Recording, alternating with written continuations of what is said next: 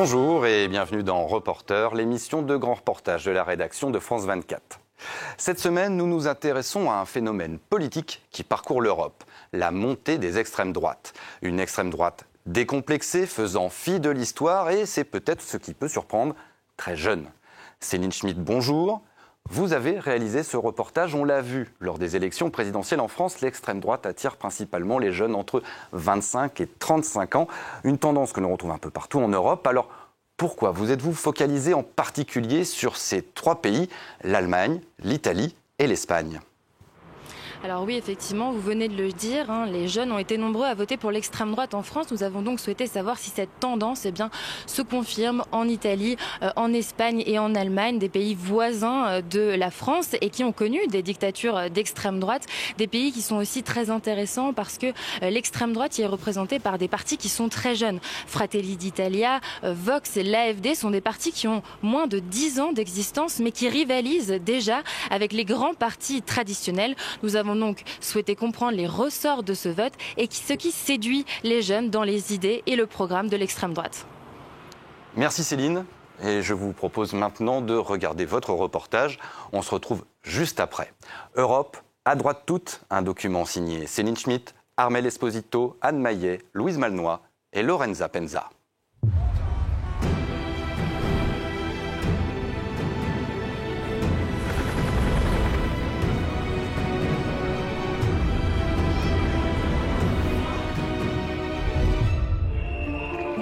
Alejandro Sanchez, Marie-Thérèse Kaiser, Fabrizio Busnengo sont les nouveaux visages de l'extrême droite dans leur pays. Ils n'ont pas 35 ans. Aujourd'hui, chacun à leur manière, ils se sont affranchis du passé et militent de manière décomplexée au sein de jeunes partis. Vox, l'AfD et Fratelli d'Italia ont moins de 10 ans.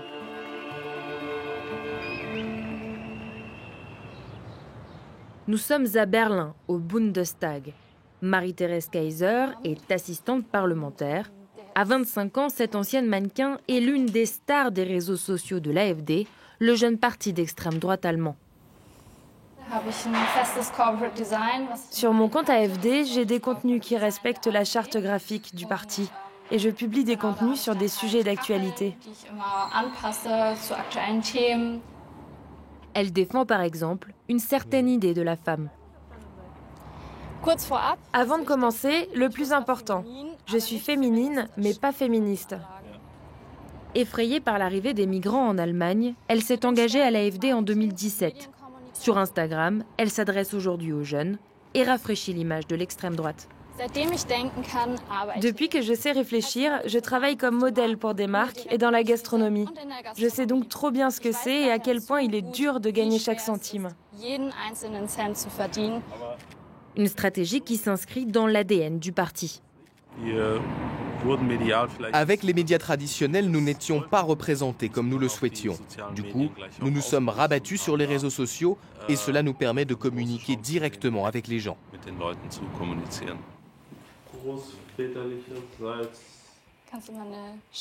On peut rétrécir mon front et mon menton, et on peut aussi agrandir mes yeux. Mais l'engagement de Marie-Thérèse a ses conséquences. Ici, c'est chez mes parents, et comme vous voyez, ma maison a été taguée cette nuit d'inscriptions anti-nazis. Le discours ultra-identitaire de l'AfD en Allemagne ravive les traumatismes du passé. Des réactions qu'elle juge anachroniques. Les Allemands ont un complexe de culpabilité hérité de l'histoire. Cela joue un rôle dans la diabolisation de l'AfD. Nous sommes le seul parti d'opposition qui représente vraiment les valeurs de l'Allemagne et qui souhaite préserver ses particularités.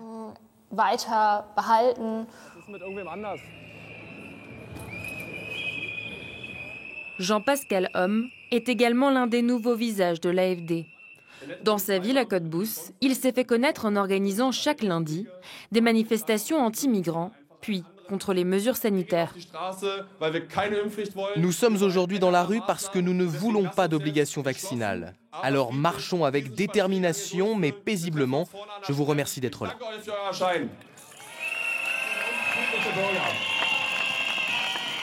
Jean-Pascal a trouvé dans la pandémie le moyen de gagner en popularité. Un glissement stratégique nécessaire le sentiment anti-migrant est devenu moins porteur politiquement. Je me suis rendu compte que c'est un sujet qui préoccupe les gens. Ils ont commencé à sortir dans la rue. Et moi-même, à un moment, je me suis dit « Stop, ça va trop loin ». Alors on s'est organisé pour protester contre la violation des droits fondamentaux que nous subissons depuis des mois. Un choix qui fait mouche. L'ancien adolescent séduit par l'extrême droite rassemble aujourd'hui au-delà du parti. Cette manifestation, ce n'est pas que l'AfD, c'est tout le monde. Ça n'a rien à voir avec une question de parti politique. D'ailleurs, moi, je ne suis même pas membre de l'AfD. Nous sommes à Rome, dans le quartier de Léour, construit par Mussolini dans les années 30. Un lieu qu'affectionnent particulièrement ces militants de Fratelli d'Italia. La hausse de la facture d'électricité est insoutenable pour les foyers. Elle pèse sur les familles, elle pèse aussi sur les entreprises. Ça affaiblit notre économie. Fabrizio Busnengo est un meneur de troupes. Militant de la première heure, il est en campagne permanente. Sur le terrain, son leitmotiv, défendre le pouvoir d'achat. Certes, il y a eu des petites aides, mais elles ne suffisent clairement pas à réduire les dépenses. Les gens n'arrivent pas à boucler les fins de mois. Sur une année, ce sont des milliers d'euros à payer en plus pour les familles. Fabrizio incarne le nouveau visage de l'extrême droite italienne. Mais dans ses rangs, difficile d'effacer certains vieux réflexes hérités du fascisme. Ciao Alfredo. Salut Alfredo. Ouais, je suis avec France 24, là, ils sont là, oui. Une fois notre caméra éloignée, le son continue. No, ma che sei matto? Ma che scherzo? No, ma che sei matto? No, non si fanno di manco per scherzo, perché se no non scherziamo. Non scherziamo.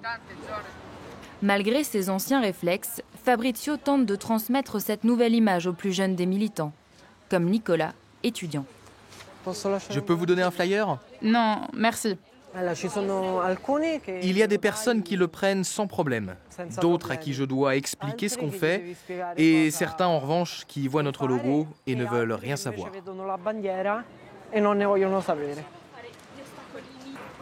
3 générations après la chute du dictateur Mussolini, comme lui, certains jeunes n'ont pas honte de leur héritage. Benito Mussolini, de ce que j'en ai appris, a permis les premières maisons populaires, a évité que des gens vivent dans la rue. Il a mis à l'abri des personnes qui ne pouvaient pas s'offrir un toit. Il a aussi fait des choses affreuses. Disons que personne n'est parfait.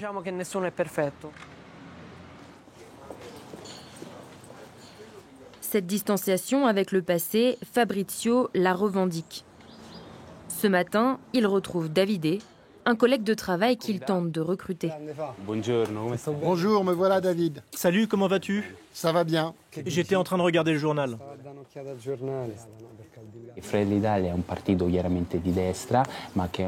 Fratelli est un parti vraiment de droite, mais une droite qui n'a rien à voir avec le passé.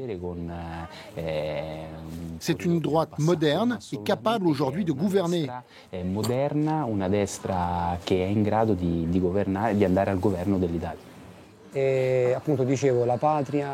Avec eux, on parle de la patrie. C'est un parti nationaliste, identitaire, de religion chrétienne. Et donc, ce sont les fondamentaux du parti. Et moi, ça me convient parce que je les partage.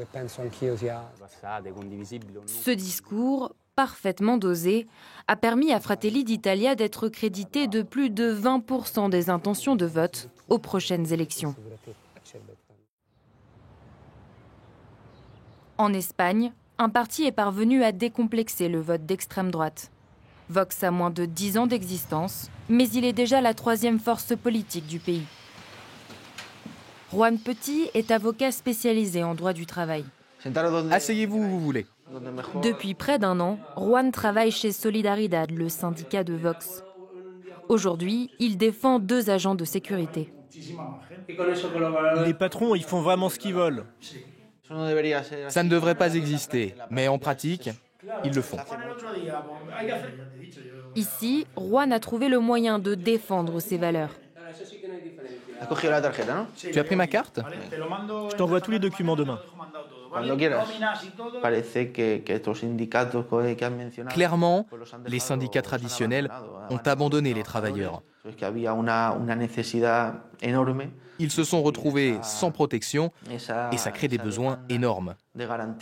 C'est pour ça que Solidaridad est arrivé. Avec un discours social, Vox séduit de plus en plus d'électeurs. Le parti cible l'Espagne qui se lève tôt. Vox s'adresse directement à eux, pas aux élites ou aux grandes fortunes, comme le pensent certains.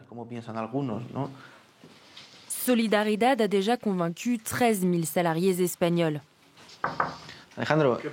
Alejandro, est-ce que tu as constitué les sections syndicales d'Inditex à Malaga, La Corogne, Guadalajara et Séville? Oui, c'est bon. Alejandro a 24 ans, il s'occupe de la communication du syndicat. À travers ses publications sur les réseaux sociaux, il transmet une certaine image de l'Espagne. Nous nous adressons aux gens de manière normale, avec un langage que tout le monde comprend. Et nous parlons de valeurs qui sont naturelles, comme par exemple la défense de la nation.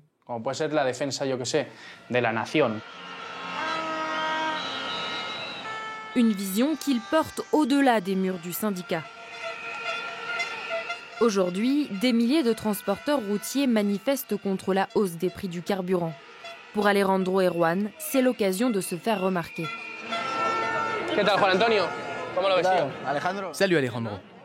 Il y a du monde, hein, et pas un seul drapeau de l'UGT ou des communistes. Le syndicat tente de séduire les déçus du gouvernement socialiste. Bonjour, comment ça va? Pourquoi vous êtes ici? Qu'est-ce que vous revendiquez? Parce qu'on n'a plus de quoi manger. J'ai même dû mettre mon camion en vente. Notre raison d'être, c'est de soutenir les travailleurs, parce qu'on pense que c'est ce qui est juste. Mais c'est évident que ce qu'on veut, c'est que le gouvernement quitte le pouvoir le plus vite possible. Et si ces manifestations le permettent, eh bien c'est tant mieux. Et les représentants politiques de Vox sont prêts. Aux côtés de l'Espagne qui se lève tôt, ces députés défendent plus de souveraineté. Le problème, c'est que la globalisation ruine les économies nationales.